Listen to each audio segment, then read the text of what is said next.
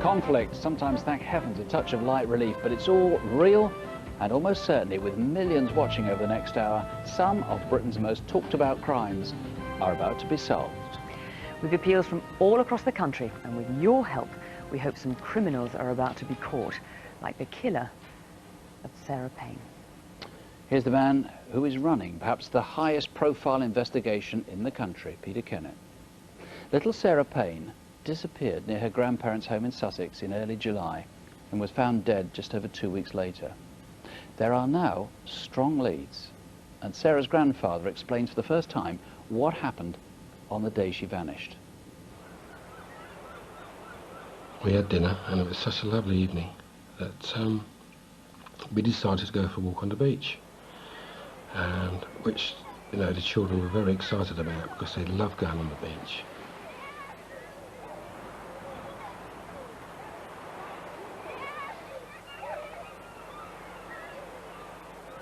We were walking along, as you do, throw stones in, laughing, joking, and the children got a little bit fed up, and they said to Sarah, "Mummy, can we go and play on the swing?"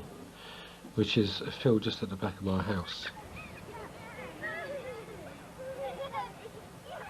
And they all run off as children do, laughing and jumping and skipping.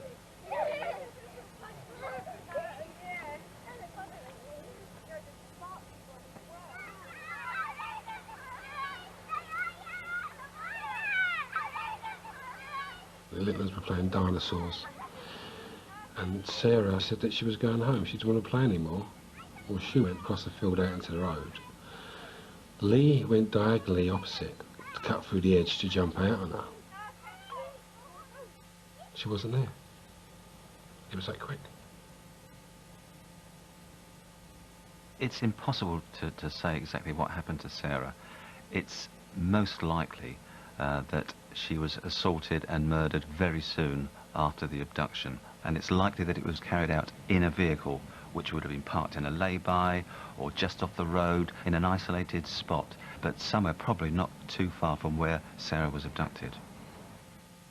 I can virtually remember every day what things that happened. Every day the press was turning up.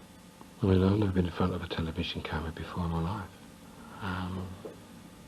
We had to do it for Sarah's sake. I suppose it was probably a week had gone by, 10 days had gone by. And we started talking, and I said, I think we better prepare ourselves for the worst. Police searching for the missing 8-year-old Sarah Payne have found the body of a little girl in West Sussex. My mobile went, and the wife said, I think you better come home. I said to Mike, you've got to get home, mate. He looked at me and I looked at him. He said, oh God. And we drove home and we went into the driveway, and there was 2 police cars there. I was in the garden. We walked into the garden, and the look, he just knew. He knew. I found her.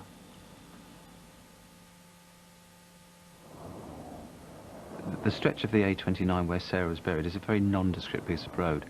It's that part that is between the Brinsbury Agricultural College and the Tote Cafe.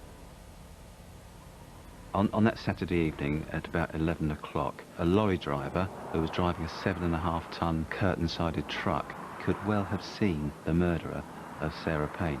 A vehicle pulled out from the exact spot where Sarah had been buried, and it caused this lorry driver to brake sharply to avoid it. There's little doubt in my mind that the murderer had just buried Sarah. That driver could have also taken the registration number of the car down. Now, wouldn't that be wonderful? It's possible that the killer of Sarah may well have been driving in the area. One particular location that is of interest is the Texaco garage at Buck Barn, which is at the junction of the A24 and the A272. I appeal to any witnesses that were in the area at that time. Did you see a man that was nervous, agitated, sweating, perhaps dirty from having dug a grave? Did you see him in a vehicle? If you did, please contact the programme. It's vital that we speak to you. It's likely that the killer returned to where he buried Sarah on that Sunday morning after Sarah was murdered. At the Tote Cafe, there was a car boot sale. Lots of people attended. Now, at that stage, of course, we hadn't found Sarah, so you may have seen something suspicious and not even connected it with the Sarah Payne missing person inquiry. So please rack your brains, think, were you there? Did you see anything suspicious? That stretch of road is used a lot by bikers.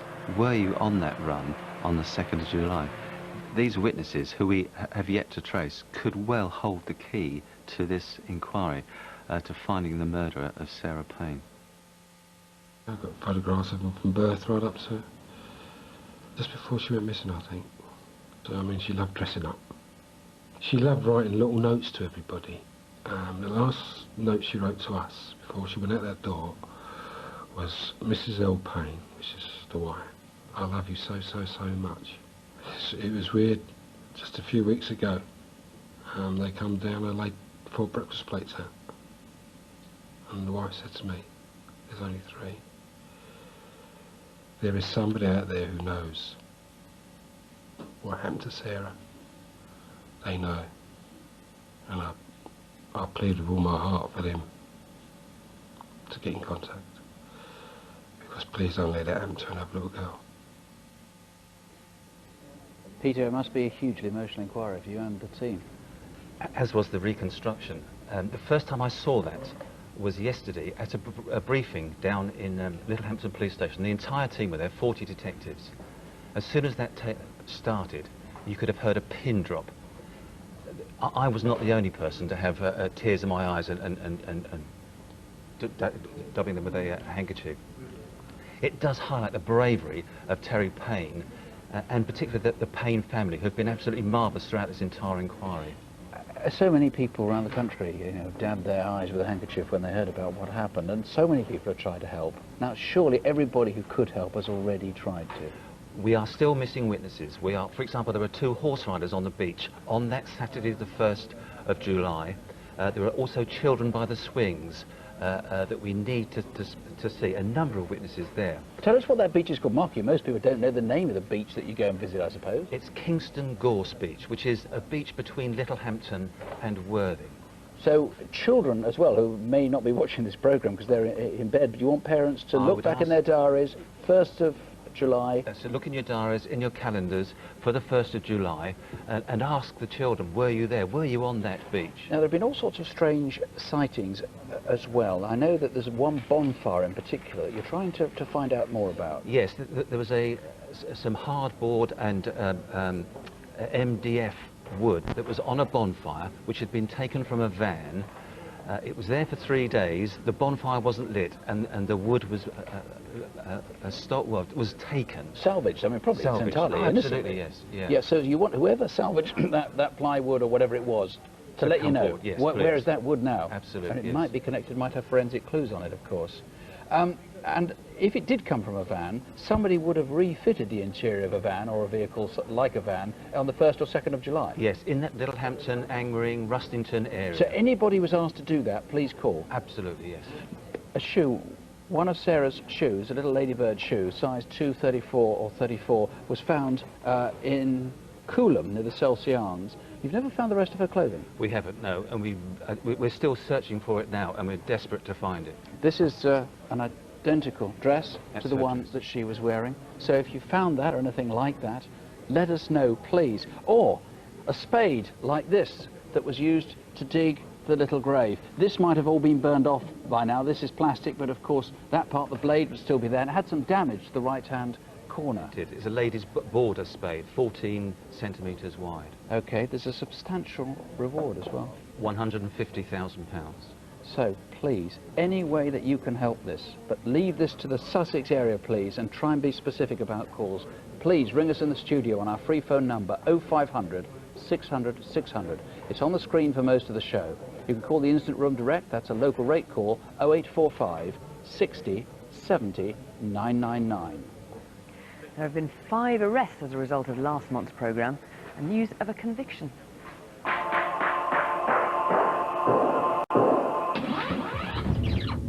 In May last year, we reconstructed an armed robbery in Leicester.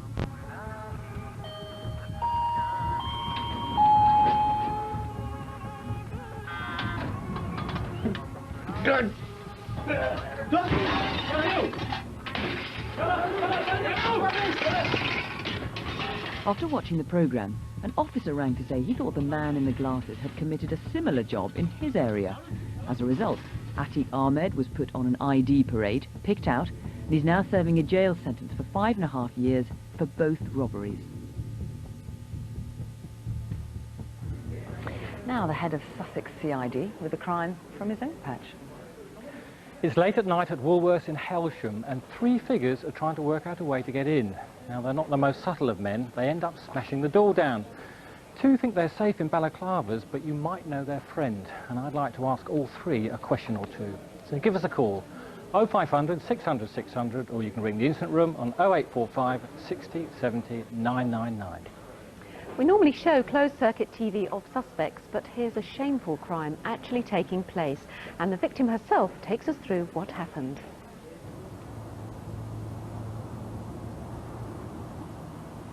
Sometimes I'll stock the shelves up, and other times I'll sit and read the paper and then start work. But this morning I just sat down, thought I'll have a look at the paper.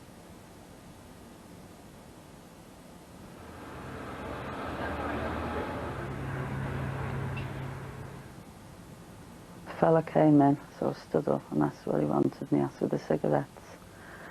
As I turned round to get them, and when I turned back he squirted my face. But it sort of went down my throat. I was coughing and I couldn't breathe. I thought I was choking. My eyes were watering. I thought I was going to die. You can't see him, but the attacker had an accomplice who stole money from the office. And then I heard him saying everything okay. And then the 2 of them just went out. They drove off in a stolen white Ford Escort, which was found abandoned half a mile away on the Westvale estate in Kirby. The police told me they'd sprayed my face with CS gas. They're just horrible people. You know, to do that to someone, it's just not right. Do you know him? Please give us a ring before he attacks someone else. 0500 600 600 or 0151 777 6531. In 16 years, we've seen everything on Crimewatch, but not this, a first, and everyone hopes the last.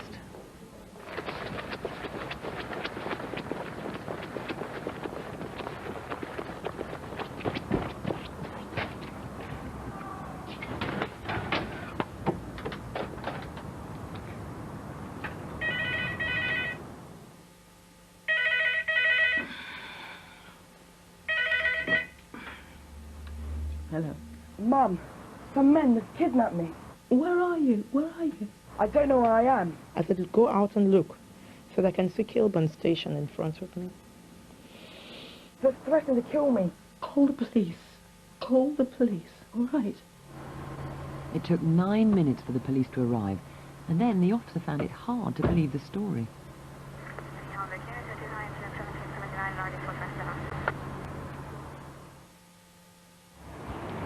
One Thursday, about a month ago, a 14-year-old, we'll call him Paul, nipped out to buy a phone card near his home in Forest Gate, East London. It's just after 9, and he's got to be home soon to get to bed for school the next day. Get in the car, or we'll pop you. When he saw the gun, he thought maybe that was the end of it. He did not believe he'd come back home.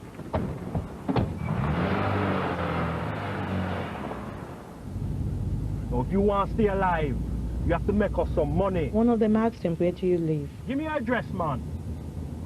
87. Out of fright, he gave them the address of the Now house. if you run away, I will come to your house and kill you. The 4 men and the terrified boy cruised through Forest Gate, and then around 9:30 pulled into Addington Road, the quiet residential street, where around the corner there's a single shop, an off-licence. I'm gonna go in there and buy something, right? When the till open, you grab the money.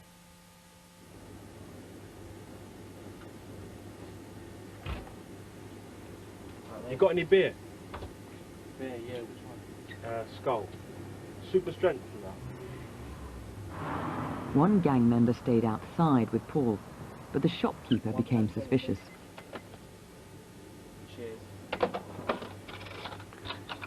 Excuse me. 8 pence. That's my closing time, 9:30. All right, Please, man. thank you very much. So we're just buying a thing. Thanks very much. Thank you, my friend.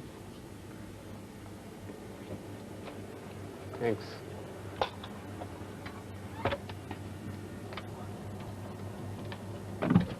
Get him in here. Get him in. You really messed up this time, man. You messed me up. You made me spend £1.20. That's when they started beating him up. That's when they started putting off the cigarette stubs on him, lighted ones. For a person to do that, there must be a monster.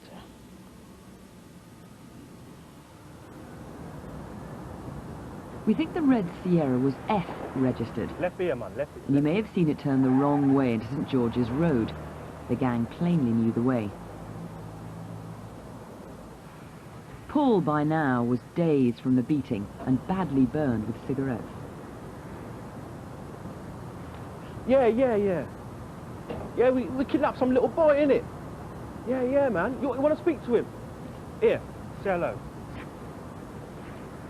Hello? Yeah. All right, look, I'll meet you later, yeah? Down at the hospital. Or at Mum's. All right. Come on, man, let's get out of here. I asked him, I said, why didn't you call for help? He said the one with the gun was always with him.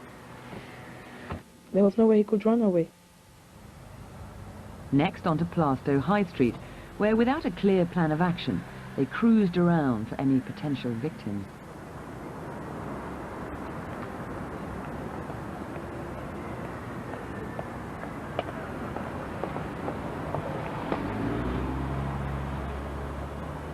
Hello, girls, what can I get you? Yeah, can we have 2 chicken and chips, please? Yeah, sure.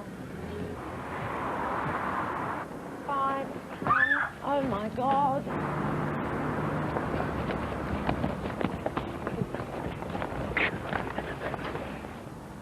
Around 10:15, the red Sierra headed out of East London with Paul squashed into the footwell. Keep your head down, man. But he thinks they went under the Rotherhithe Tunnel, then headed west. Were they going to the hospital they mentioned on the phone, or going back to Mum's? At any rate, they finished north of the Edgware Road in Kilburn. The stealing that really got to him. He said, Mom, I've never stolen before. I said, no. They told me to take a bag off someone. I said, but it was not of your own free will. Darling, if you have a gun to your head, I can't blame you for doing anything.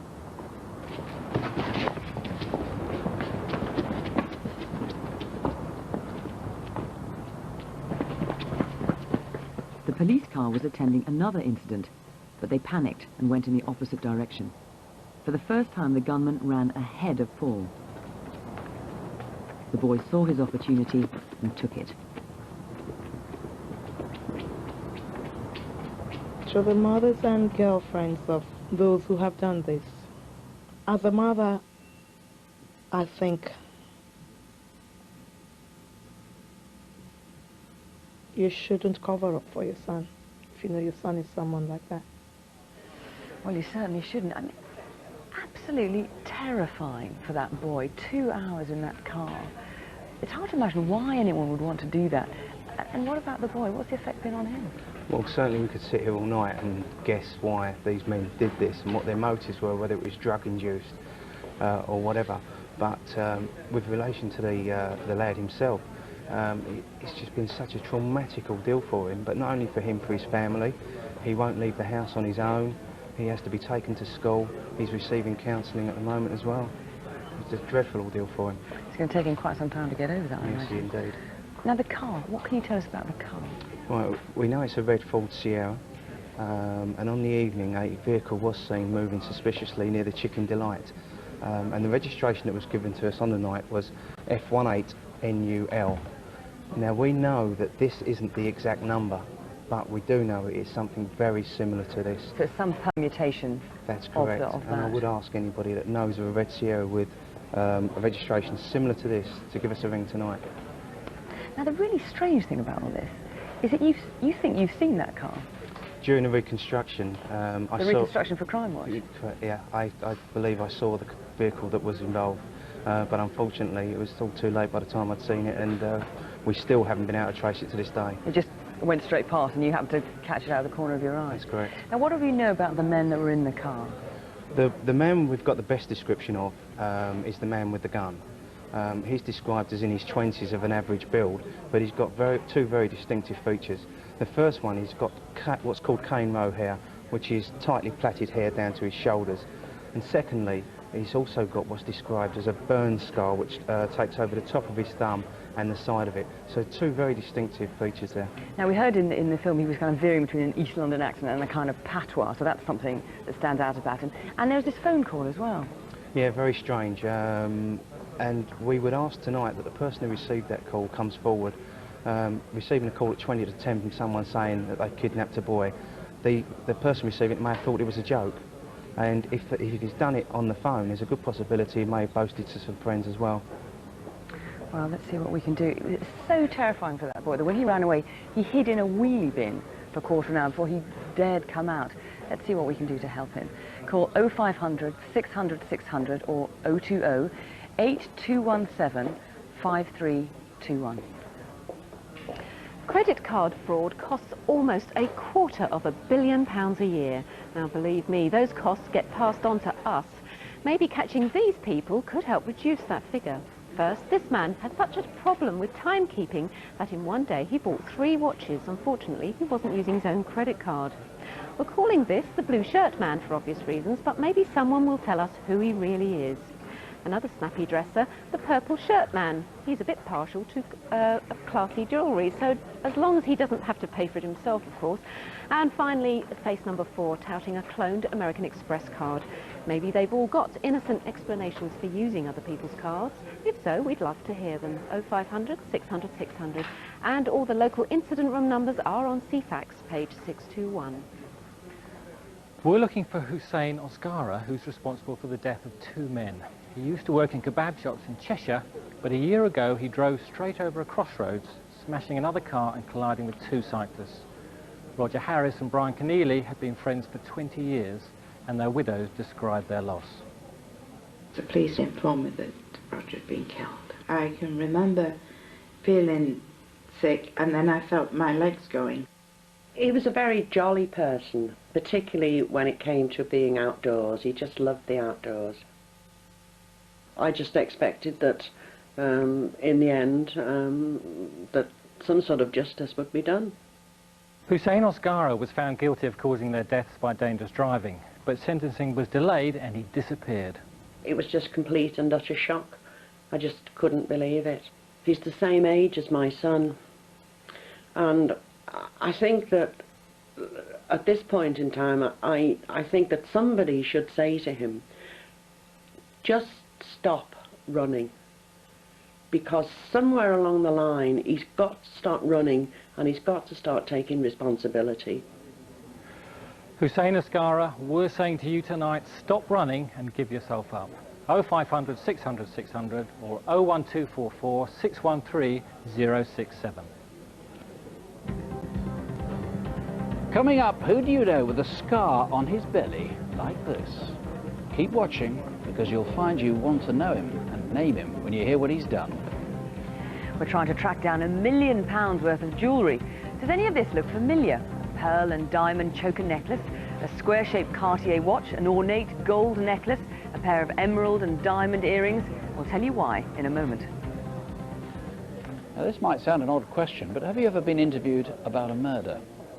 More specifically, one that happened back in 1982. On a summer's day, just off the Finchley Road in Swiss Cottage in London, a 17-year-old was murdered, killed in her own home.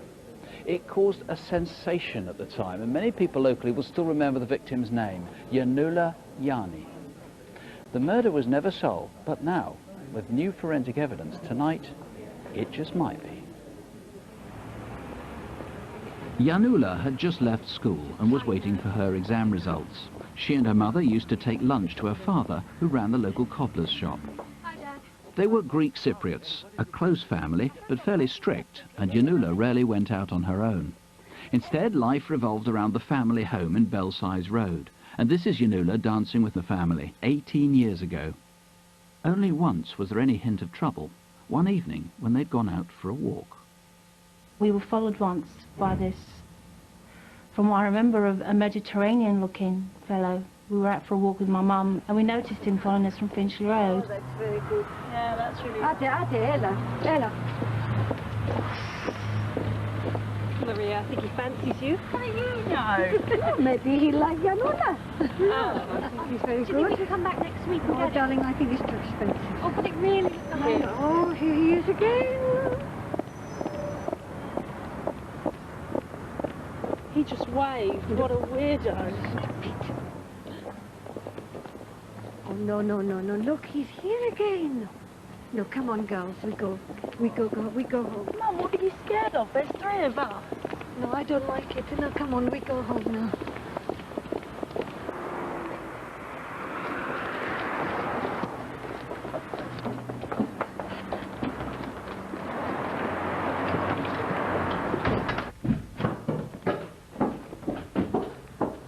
What's going on?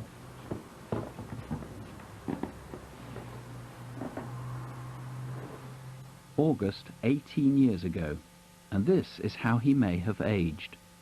Maybe there was an innocent reason for his interest in the family, or maybe not. Who is he? The day Janula died was actually Friday the 13th. She'd just gone to my dad's shop to take him some lunch. Meals on Wheels for Mr. Yanni. Oh, so much work. Okay. Why you don't close the shop and finish what you're doing? Janula, you go and put the dinner on in the oven, okay, darling? I stay here and help your daddy. He needs me. Okay. See you later, Dad. And that's the last they saw of her, because then she just literally walked out the shop, round the corner, back to our house, which was probably not more than 4 or 5 minute walk.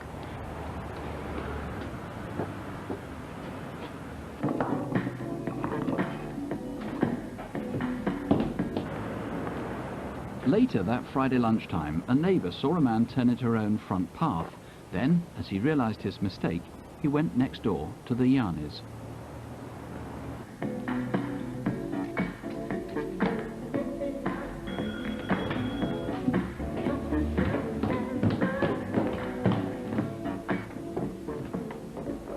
The family always answered the bell by looking to see who was there. So if Janula let the visitor in, there's a big chance she knew him. She certainly seemed to like him. A local man who'd always rather fancied Janula from afar saw Janula smiling at the visitor. He remembers it clearly because he wished she'd been smiling at him.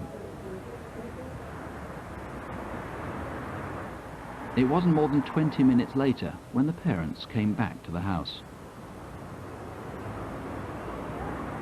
They called her, they said we're home, and there was no answer. Mum went upstairs into the bedroom. That's where she found her on the bed. I remember her saying that she'd picked her up and she was crying and her head just dropped.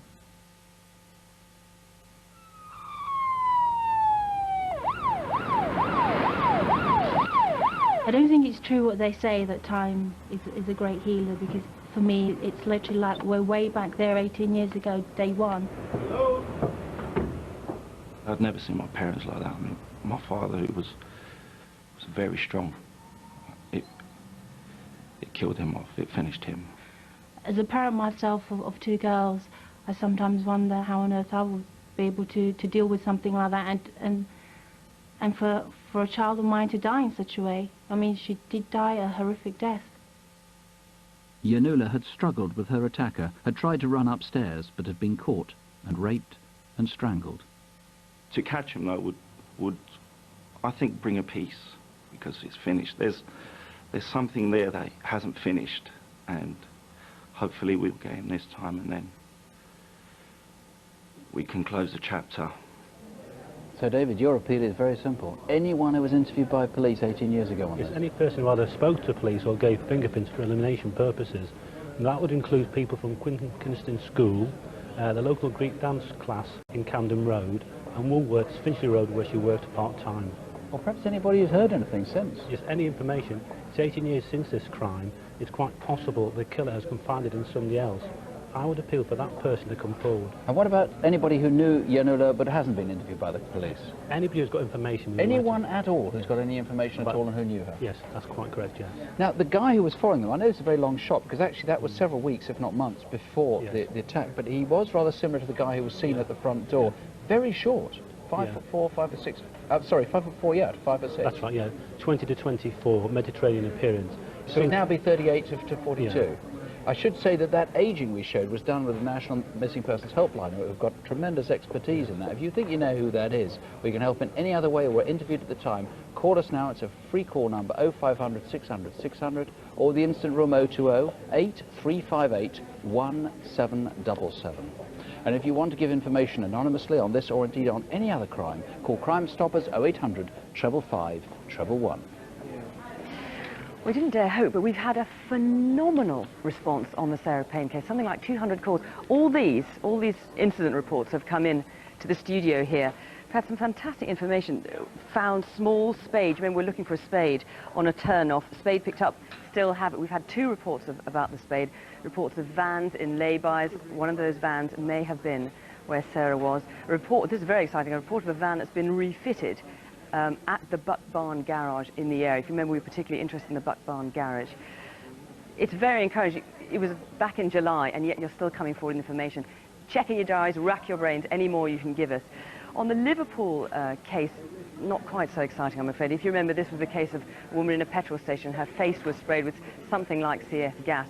We've only had 1 call on that, 1 name come forward. If you remember, it was at a petrol station in Liverpool.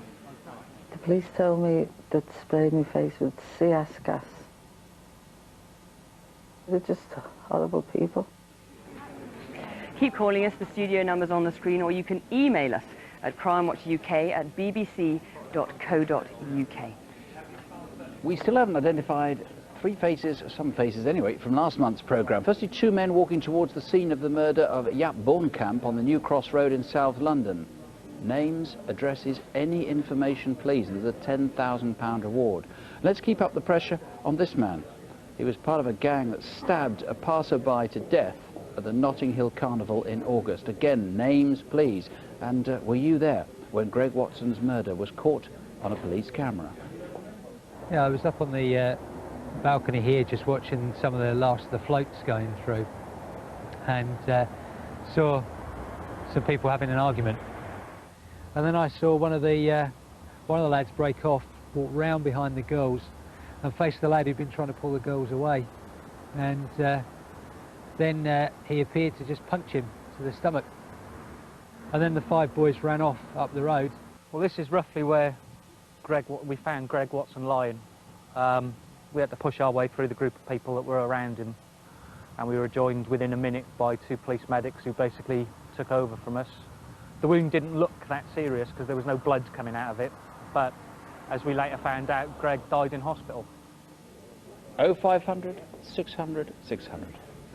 Now, in her day job at the National Crime Faculty, Jackie Hames works at solving what are called major crimes, like murders, rapes and abductions, but she simply couldn't resist taking on this one, and nor could we. Well, here's a really good example of teamwork. The footage was taken in Stratford-upon-Avon, and I'll let the store detective from British Home Stores take up the story. I was out on the shop floor and noticed this male acting suspiciously. I followed him around the first floor, so then I decided to go into the CCTV room and monitor him from there.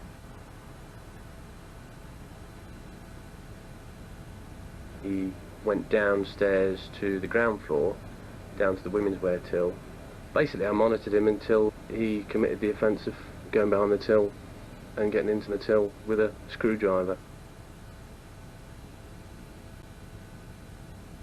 I'd already contacted the CCTV control. I received a call from British Home Stores via the retail link that he may have a possible till snatch. I then moved my 2 cameras, which covers British Home Stores, from 2 different ends of the street. About a minute later, the offender came out. I knew it was him via the description. I'd already had him on camera. I followed him to the bottom of the store where he stood, and he was met by another male.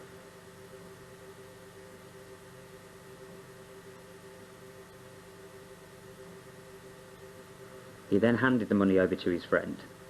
They then both stood there for approximately a minute 30 seconds, looked like they were giving each other directions. They then proceeded to walk back into British Home Stores, which is where the store detective came running out and grabbed hold of the offender. The offender pushed him away and then ran behind one of the local pubs up into a housing estate, which is where we lost him. Well, with pictures as good as that, we simply must catch them. 0500 600 600 or 01926 415 749. And I've got some really clear pictures of George Bell. This could almost be a home video, but in fact it's taken by one of our cameras as part of a large-scale drugs operation. Mr. Bell disappeared soon after this was taken, and we'd like to talk to him. 0500 600 600 or 01482 578 278. And you can help me in tracing two men wanted on charges of abusing the trust of people in their care. Thomas Dickinson worked in a nursing home but is suspected of indecently assaulting a patient.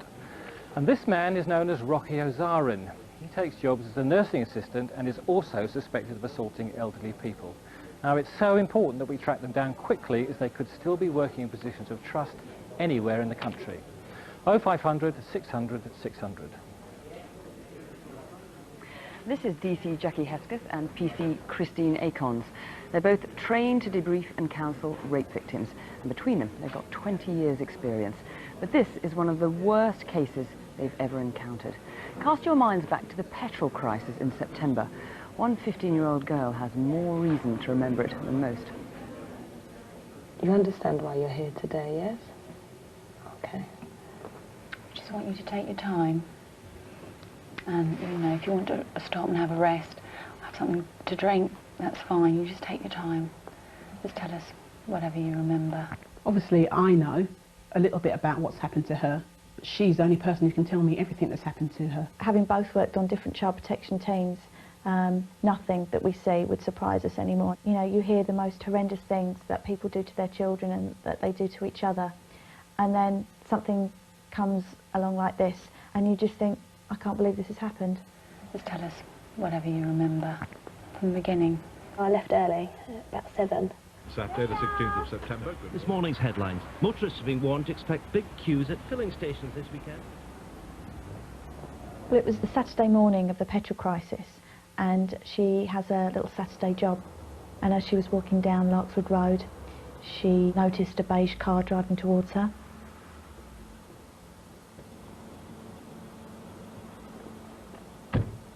And the driver got out, put a screwdriver to her neck and said, "Get in the car, I'm going to rape you."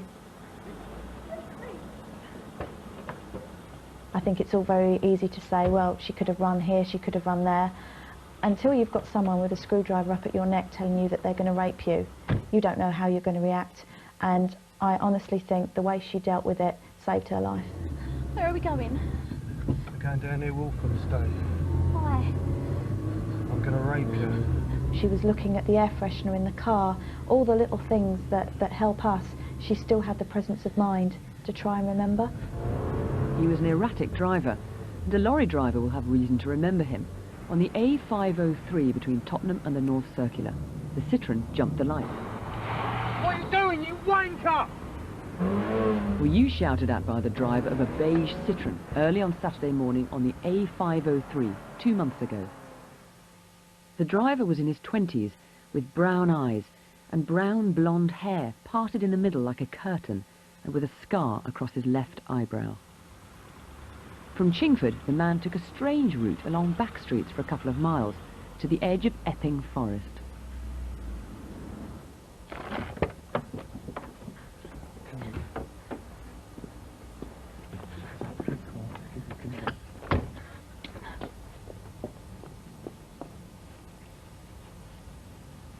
I can only imagine how terrified she felt as he's dragged her from the car, which he parked quite close behind us, and they've come through this very dark, overgrown area. They've come in through here into this clearing where he's taken all her clothes off and repeatedly raped her.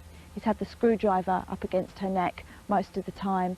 It would have just started raining by the time they got here. It was dark, it's wet, and she must have been absolutely terrified. The man had a large and unusual scar on his stomach, looking like a shark bite. It was probably quite old. If you're a doctor or a surgeon, do you remember injuries that shape? Move. Move. Get in there, move over. Shift.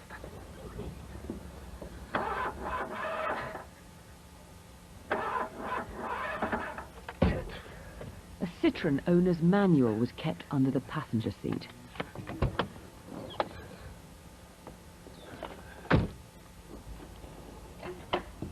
He seemed unfamiliar with the car. Was it stolen? Or had he borrowed it from you? Get out, get around the back and start pushing.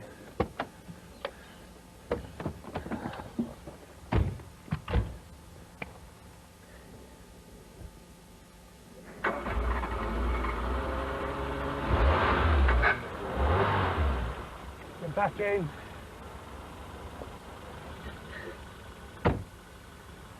Perhaps frightened that the car would break down again, he then decided to abandon his victim only a street away.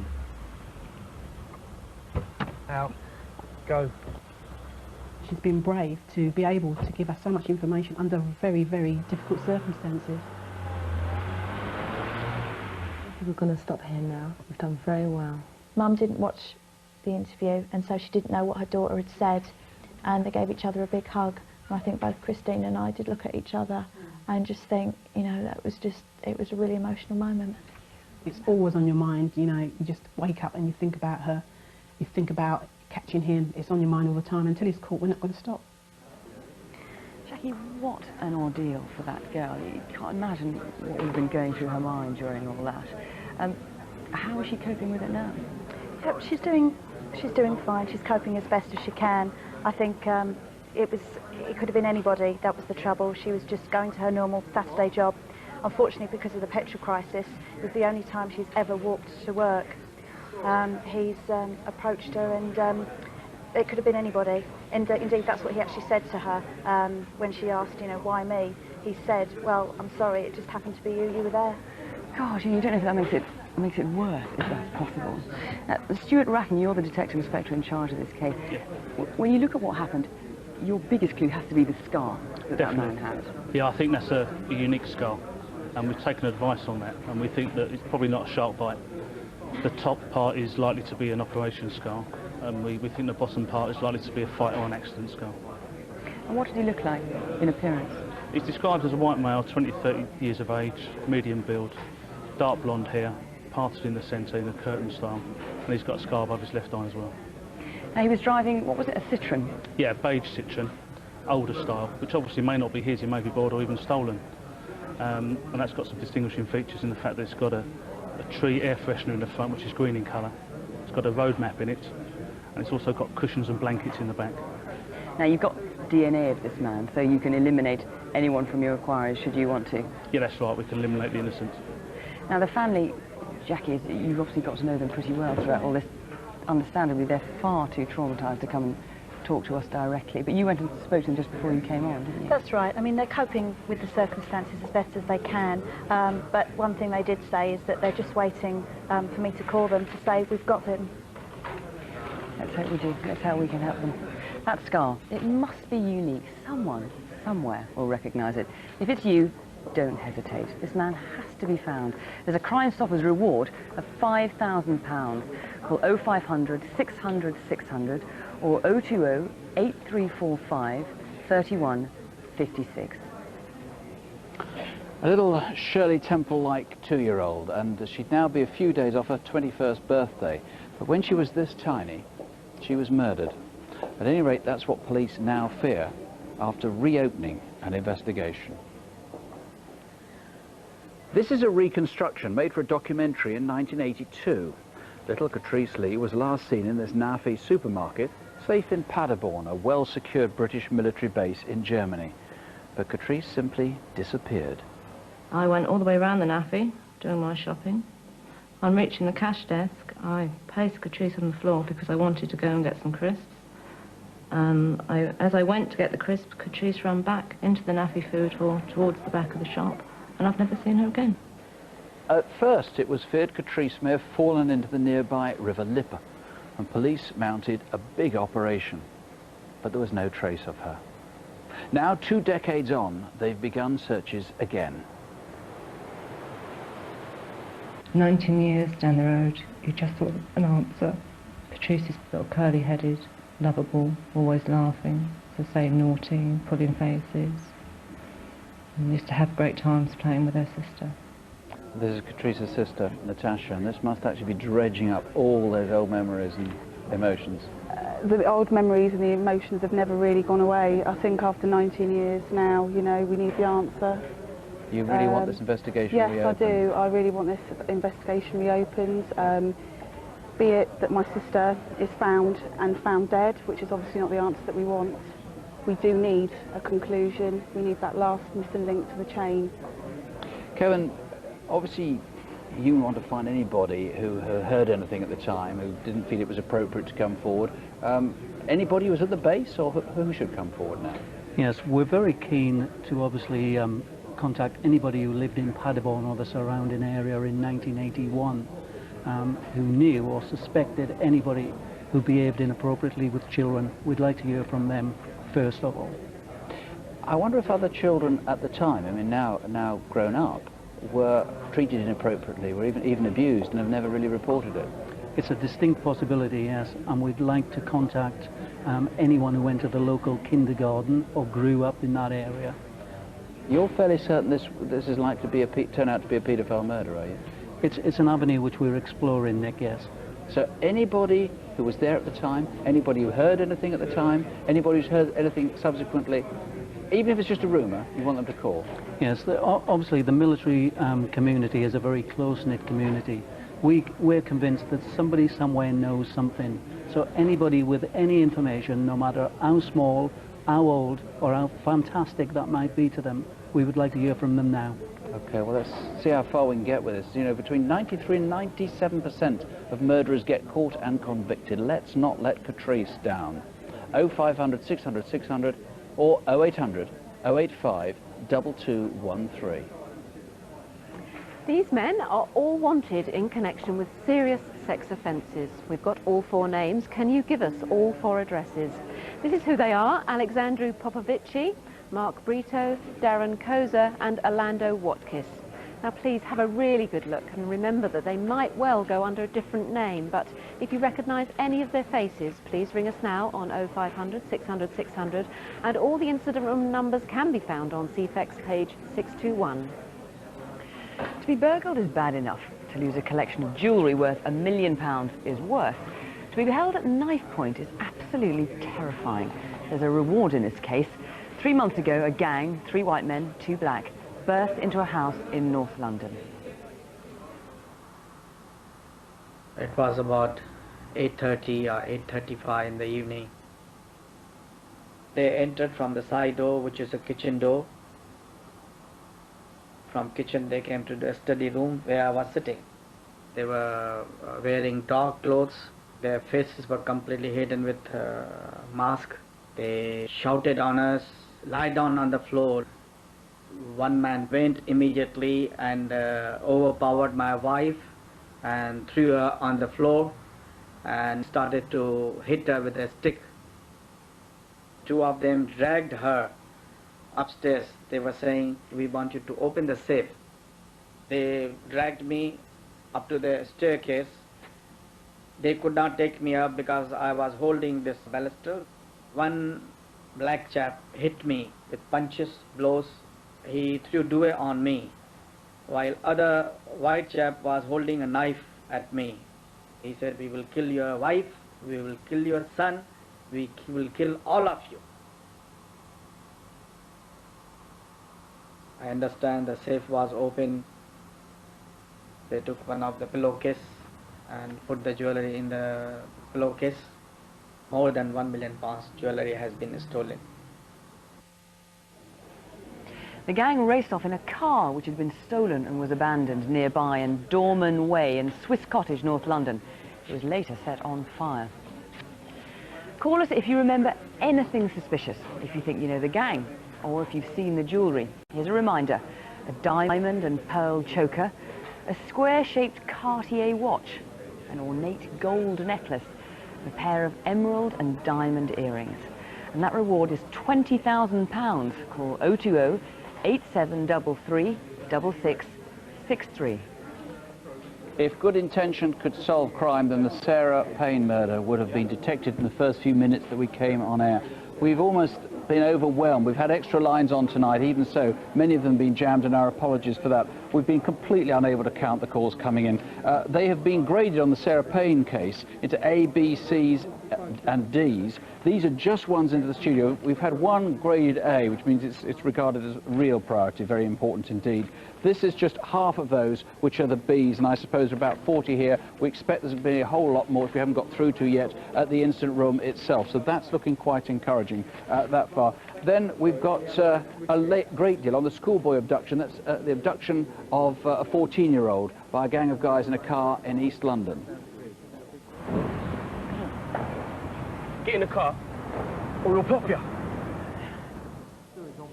Well, we've got 7 names already coming in on that one. And on the Yanula Yani murder, the reopening of a rape and murder 18 years ago in 1982 in Swiss Cottage in London, somebody's recognised the e-fit, and again, that looks quite promising. And here again are some of the faces we want to find tonight. Hussein Ozkora, the Woolworth burglar, and George Bell and Thomas Dickinson. 0500 600 600 here to the studio. We're here until 11:30. After that, you can still ring the studio number and receive all the local incident room numbers. And if you want to speak confidentially to Victim Support Line, the number is 0845 30 30 900. A lot more results I haven't had time to tell you about. Crimewatch Update is at 20 to 11. Don't miss what happens. But if you do, we'll let you know next month what you missed. Don't have nightmares, do sleep well. Good night. Good night.